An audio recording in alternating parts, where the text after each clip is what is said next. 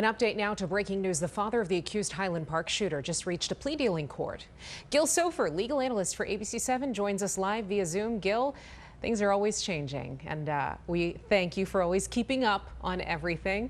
Let's begin with this plea deal. Robert Crimo Jr. pleading guilty to helping his son to get a firearm ID card. What do you think is behind the plea deal here? Yeah, I think Crimo saw a real benefit in taking this deal. If he had pushed it to trial and lost, he could have faced 7 felony convictions. He could have served a substantial period of time in jail. Now he has misdemeanor convictions and a much more limited period of time in jail. There's a lot to be said for that, and obviously he took that deal. Yeah, they're saying 60 days versus what could have been up to 3 years in prison. Does this plea deal have any impact on the trial for his son, the accused Highland Park shooter?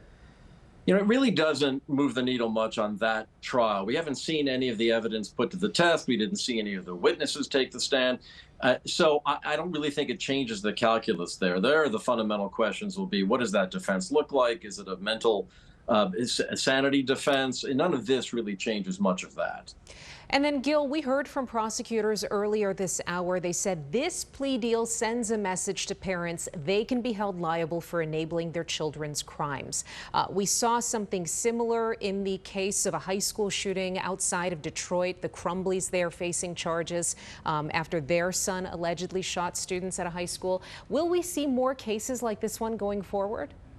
You know, I think we may see more cases like this going forward. It shows a willingness on the part of prosecutors really to hold parents accountable for the misconduct of their children. In this case, someone who was an adult at the time he pulled the trigger. So it sends the message, and I think it might open the gates just a little bit to more prosecutions of this type.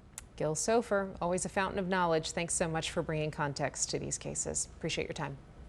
Thanks. Watch breaking news on YouTube. Subscribe to ABC7 Chicago Eyewitness News.